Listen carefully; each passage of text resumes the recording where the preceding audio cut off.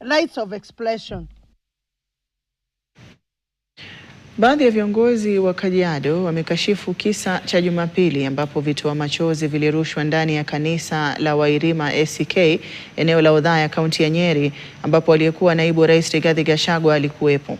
Wakiongozwa na seneta wa Kajiado Seki Kanar, viongozi hao walimuomba Rais William Ruto akomeshe fujo, akisema mashambulizi hayo yataendelea kumfanya asiwe maarufu katika eneo la Mlima Kenya.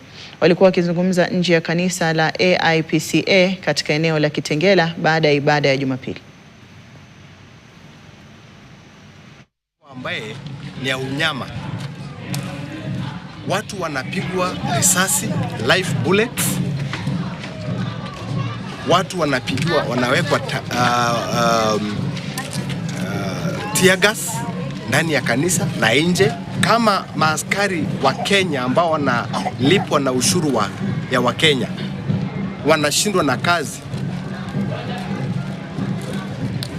basi tuwapatie hao gunzo waendelee kufanya kazi.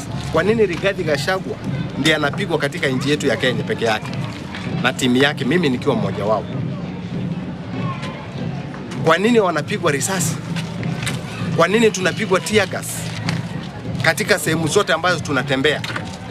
Hatuna haki ya kutembea katika nchi yetu ya Kenya? Ni nini unatufundisha kama Wakenya? Kama unaendelea kutaka kuchukiwa na Wakenya, endelea kutupiga risasi, na hata kama tutakufa wote, tutasimama kwa msimamo wa kusema ya kwamba hatutaki